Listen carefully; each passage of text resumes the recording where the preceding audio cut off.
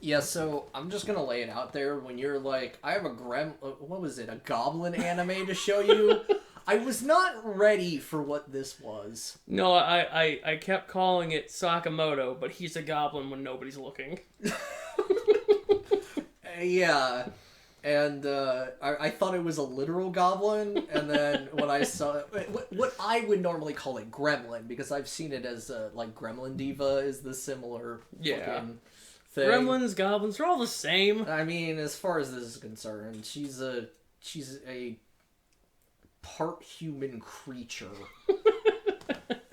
Turns into a chibi. She's a Himouto. Whatever the fuck that actually means. A dried fish girl.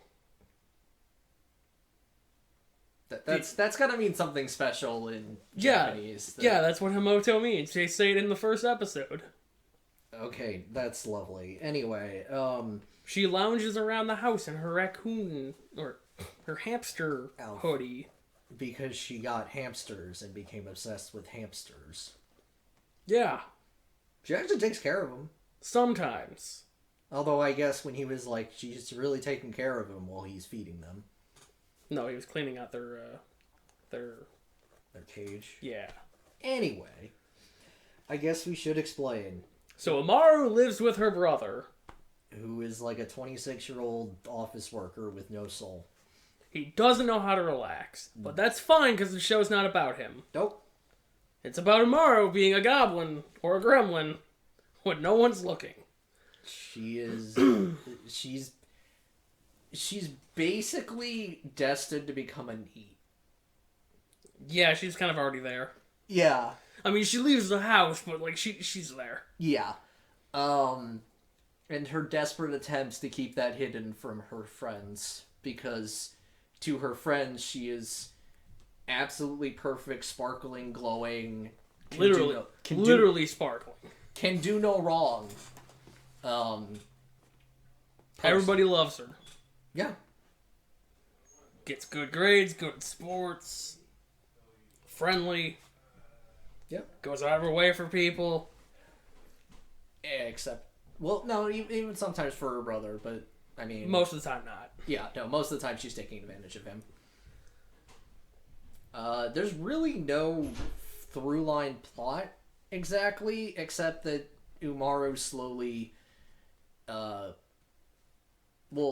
she weaves a web of lies that constantly teeters on the brink of being exposed. Mm-hmm. But it never does. Yeah. So we start out with her friend, the redhead, Nana. Yeah. The one who lives in the apartment below them. And is from Japan South. Yes. Texas, Japan. Yeah.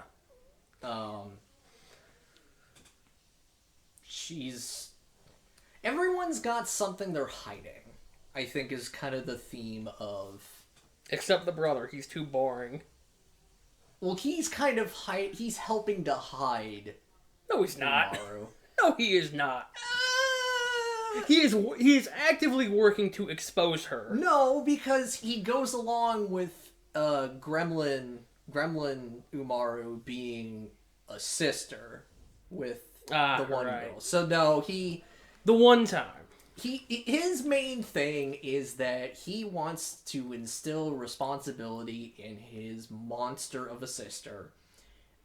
And that's basically his only objective other than working. And learning to cook. Yeah. Or furthering his cooking abilities. Yeah. And trying to make sure no weird rumors float around about him at work. But anyway, the friend. She is deeply smitten with the brother.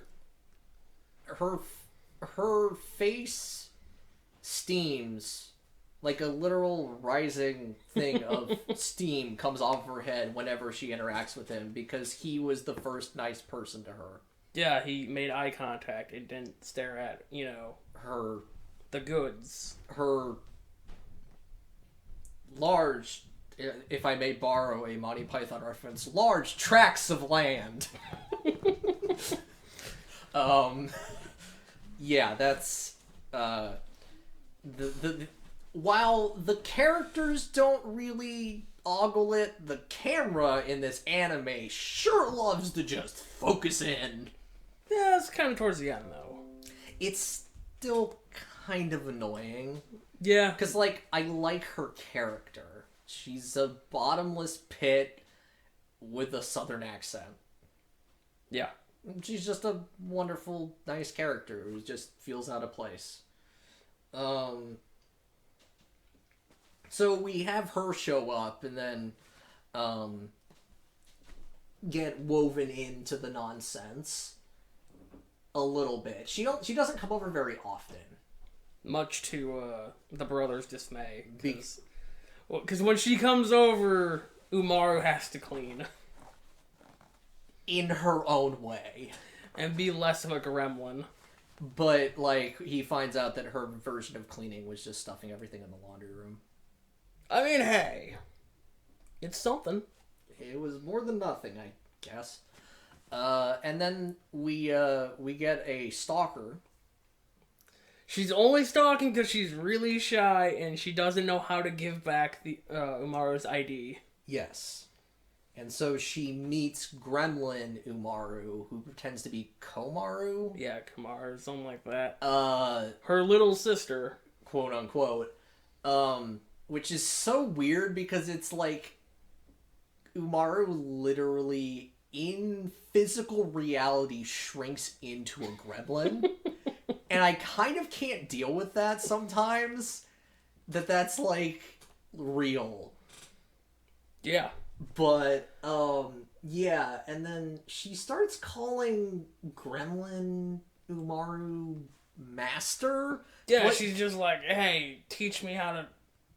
No, not even teach me. Like, like, the only thing I feel like she's learning is just how to socialize better.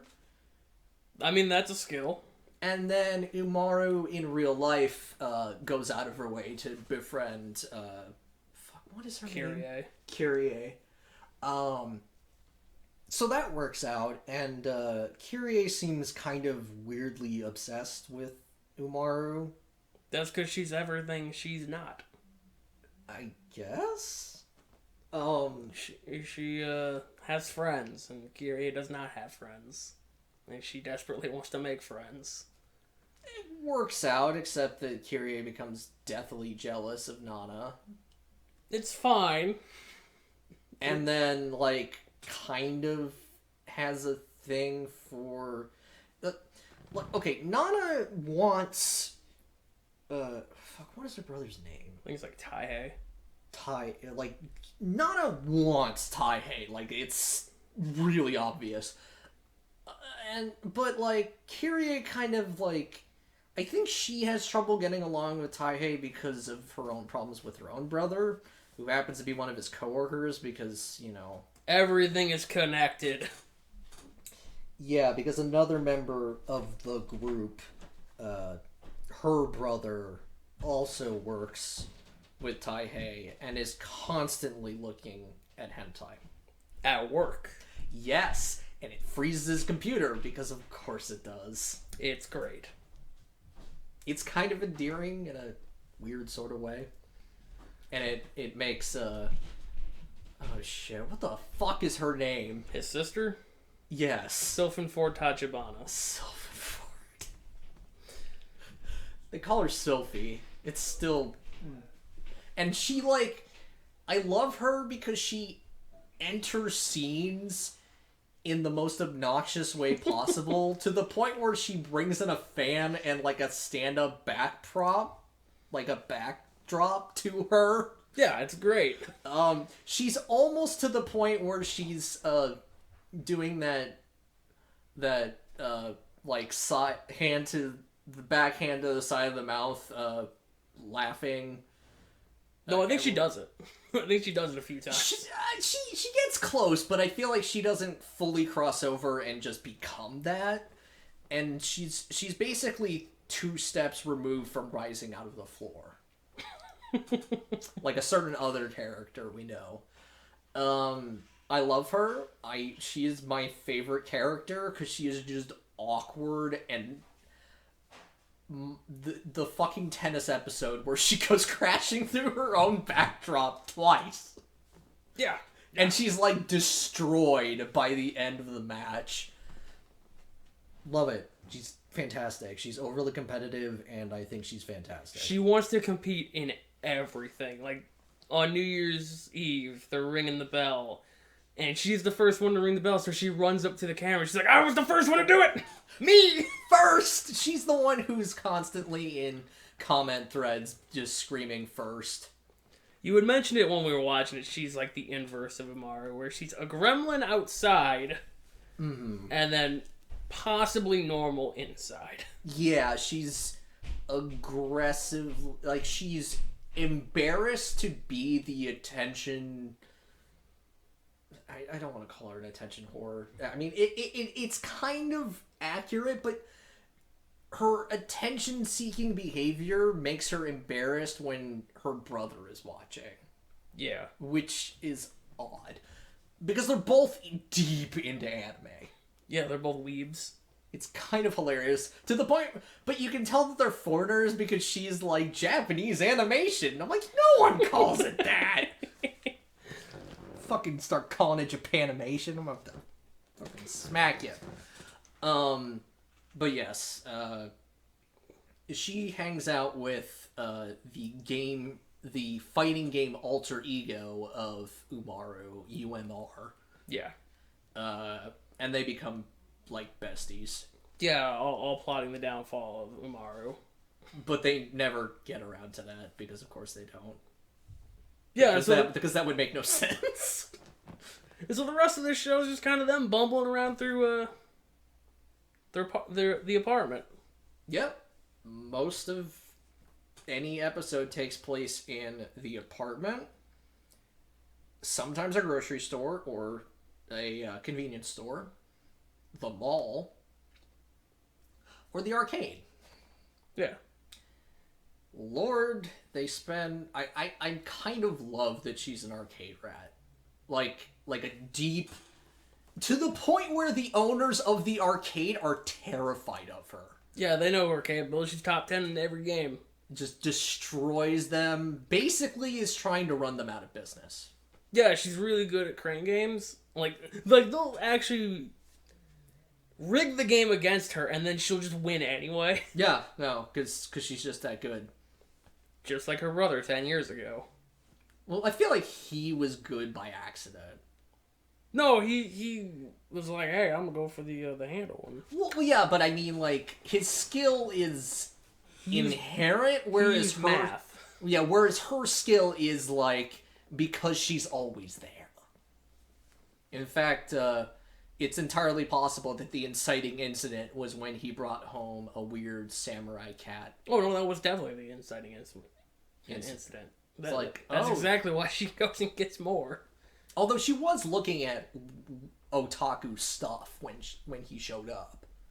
Yeah. So I think she's been a weeb since forever. He just made it okay for her to be a weeb. Yeah, he did kind of enable it. And still enables it. Yeah, because he's just like... Because he gets sent out to go get jump pieces. Gotta go get that new One Piece chapter. Yeah. Yeah, so... And then it all ends in a beach episode. Beach episode! Because it has to end in a beach episode. It has to be one. We didn't even talk about the car commercial. That sure is big! Wow, that elephant, it's big! It sure is! Wow, that whale, it's so big! It sure is! Wow, those dinosaurs are also big! Wow, they really are! Ah, they're gonna eat us! and then they get a fucking van, and it plows through the wall! Like, the dad's like, yo, you guys want to go for a trip? And the mom's like, no, I have to knit. And the kid's like, I want to play video games. Well, we can do it all in this van. And then the van's driving down the road, and it just turns into a house. Oh, God. So they get this idea that they need to buy a car to go to the beach. And well, Umaru wants to get the car so she can sleep in the back of it. And then when she goes to school, get some extra minutes of sleeping. And Taihei's really bad at driving. He's like, this is dangerous. like, I could kill someone. I could kill myself. I could injure Umaru, and he makes it like 50 feet. Yeah. It's great. And then they get Bomber to drive them to the beach. Also, Bomber doesn't know the look of his sister. Yeah. She does mention, yeah, I cut my hair, or I did my hair a little different.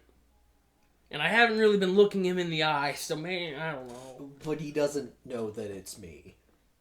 Bomber's kind of an idiot. Bomber's a moron. I don't know if we mentioned, but Bomber is the work friend. He looks like, what's his name? Ichiban from Yakuza Like a Dragon. Yeah. He's got that poofy hair. Who is sadly not going to be the protagonist of the next few Yakuza games. No, he's an 8. But it's going to be like a dual protagonist thing, but that's not the point right now. I know, but it's disappointing. Anyway, so, yeah. Also, Taihei has a thing... his boss or one of his superiors has a thing for him at work. Like a deep-seated thing. Like, ever since high school, at least. And, I think he's just completely oblivious to the fact. Of course he is, because the only things he can do is work and take care of his sister. And that's literally how he lives his life.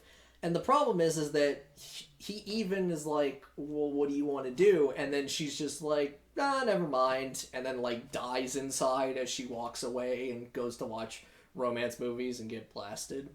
And it's just like, well, yeah, if you tried, maybe, whatever. But yeah, no, so, like, everything is connected. It's kind of wild. Yeah. Because Kyrie gets a... She gets a... what do you want to call it? I guess a bad rep because she beat up an adult on, like, the entrance ceremony. Which turns out to be Bomber. Because he came to the ceremony. Yeah. And was being Bomber. Yep. And got beat up. So now their relationship's kind of tense on that too, because, you know. Because it kind of dual ruined her high school life. But yeah, no, like, it's great. Yeah, I think I described it like we were maybe like halfway to like 2/3 of the way through, and I just suddenly blurted out, I'm like, is this a secret moe show? Because we're just following a bunch of adorable girls doing normal everyday things. See, I thought it was just a slice of life. Yeah, well, it is slice of life, but I realized like all the girls are they're just there to be cute and there to be real, and I'm like, huh. Everyone just has a part of themselves that they don't like to show other people, which is human? Like, that's not really a big deal. Like, yeah, I mean, I don't go around life screaming about... Like, okay, I joke about waifus, but like, okay, I don't go around life screaming about my partial love for Godzilla and my absolute love of robots. Like, I don't... Yeah, you don't even own a Godzilla shirt. I do. Do you? Yeah. Oh, I've never seen it. I'm pretty sure I've worn it here before. Look, I don't look at your shirt. Yeah, I've noticed. That's like your chest area, and I don't check that out. I'm sorry. That's fine. I don't need you to. Anyway, yes, I do own a Godzilla shirt, but I think one person ever has like stared at it. I think they only stared at it because it had Japanese writing on it. Mm-hmm. Because they never talked to me about it. Granted, I'm kind of antisocial at work, but whatever. Yeah, I don't gush about like. Well, I mean, most of the people I work with don't even play video games, so, like, I get it. Sounds like you need an Umaru in your life. You need a gremlin. I don't need a gremlin. Rent a gremlin. No, that sounds bad. That sounds, yeah, I don't know. That concerns me. Anyway... I like, because there was one point where we were both laughing at, what was it? It was Nana had done something, I think she was just going, and we just both burst out laughing. She was just breaking. Yeah, and we were both laughing hysterically at it, and your brother was like, why are you laughing at her? I'm like, we're not laughing at her. Oh, it's because she was talking to a cat. Oh, yeah, no, she meowed at a cat, and we both thought that was great. And he's like, well, you guys do it too. And I'm like, of course we do. That's why we think it's funny. It's relatable. Yeah, I'm going to go home and I'm going to go meow at my cat. I mean, I totally do. That's another thing I don't share with people, because they don't need to know that... Oh, I share it with everybody. No, I do not. And by everybody, I mean, like, one guy at work. Yeah. And he hates cats, and I don't know why. That's weird.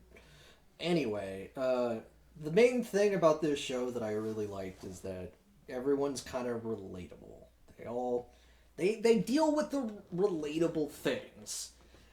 Maybe not the full-on gremlin, but, like... I mean, we're all secretly a gremlin, right? Like, we all just want to live that lifestyle. I mean... Free of responsibility. It would be nice in a sense, but... I mean, I don't know.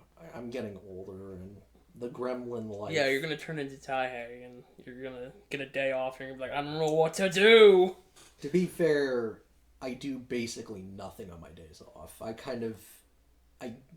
I want to accomplish things and I get nothing done. I do this on my day off. True. Hey, okay, to be fair, I mean, I'm here too, so I guess I accomplish some things. But regardless. Alright, let's give this some numbers. Yeah, let's get out of here. Plot.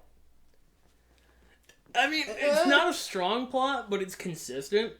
It does move forward very slowly. It doesn't seem like there's a plot until you realize there's actually forward progress. I guess. I don't know. It's at least consistent with itself. Like, because, like, the first episode with Kyrie, like, I heard she beat up an adult, and it's like, oh, yeah, no, you guys remembered that. Mm-hmm. There was a follow-through. It actually made sense. I don't know, 3. Yeah, 3's fine. Cool. Characters. I love all of them. I kind of want to hit it with a 5. I think they're all great. Yeah, let's hit it with a 5. Sick. They were all great. Animation. That was alright. I mean, it was fine. The gremlin transformations were all great. The transitions just like randomly morphing. Some of the morphing was impressive. And watching her fucking scramble all over Tai's face. It's like the little monster she is. 4? Sure. Genre strength. I wouldn't call it a 5, but I'd say it hits a 4. I think it's very solid for a slice of life. Like, sometimes you're just waiting for it to be over, and this one's like, nah, I can go for more. Yeah, no, it was. It felt good, and it felt like it wanted to be like, and that's the, and that's like it kind of wants to end certain episodes with like, and that's the life lesson, but it doesn't beat you over the head with it like certain ones do, where it's like it ends on like sad piano music, when it's just like, no, it's 2 girls eating parfaits. Yeah. And having a good old time, and then ordering a second one. Hell yeah. And breaking the bank. Damn. And Tai just dies inside as he watches these 2 girls become bottomless pits. It's great. The dub was solid. I really like the dub. I was impressed. I was initially like, oh, dub. Yeah, like 5 seconds in, you're like, I hate this. It's like, nobody's said anything yet. I know. I have a thing about trying to watch it in the original Japanese, because most of the dubs just aren't quite there, but like, fuck. Once I started hearing Sylphie, I was like, oh wait, no, they know what they're doing. So I don't know that it necessarily enhanced.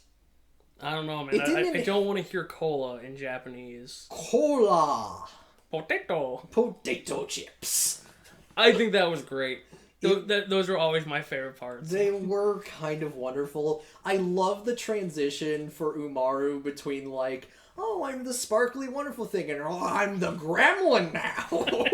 I mean, it doesn't get that gravelly, but it's fucking hilarious. There's a noticeable difference. It's really great. The actress had the range to just go full monster, and it was a good time. Fine, I'll give it 2. Woo! Special mention. That's gonna be tough. There's a lot of good shit. I really, really like Sylphie. She's probably my favorite character. And she just isn't around enough. Although I don't know if I would have liked her being a main character. I felt like character growth for her was kind of like the only thing she really needed to grow out of is like maybe you don't always need to make it a competition. Yeah, and then she didn't grow out of that. Not at all. But and at the same time, I feel like that's kind of just how she should be. Yeah. Was this based off a manga? Yeah. Something tells me she eventually gets folded into the group, because I imagine the anime just kind of ends at a point. I'm sure it does. I mean, I don't know. So, do you want to give it to Sylphie? Do you... That's fine. I mean, she's kind of great. I don't know. I just thought it could be like Gremlin. 2 points. And then just let that be up to the viewer's discretion. Which gremlin are we giving the 2 points to? Who knows? I mean, everyone has their inner gremlin. Yeah. I'm gonna call it Gremlins. 2. Holy shit, this one's gonna... I think it's gonna probably just hit 20. Yeah, I think it is actually gonna hit a perfect 20. It was a good time. Yeah. I was really excited for this. And I was kind of upset that I was thinking I'd have to wait another week. Yeah. Because I was really looking forward to this one. It went well. We had a good time. I feel like your brother had less of a good time than we did. Yeah, he was probably like, I don't really want to be here for another 4 hours. I mean, yeah, and also, like, at one point, he was like, you're making a lot of noises. And I'm like, well, that's what we do when we watch this shit. Yeah, sometimes we don't even watch it. We just bullshit about it. Yeah, like the last thing. Yeah. Whatever that was.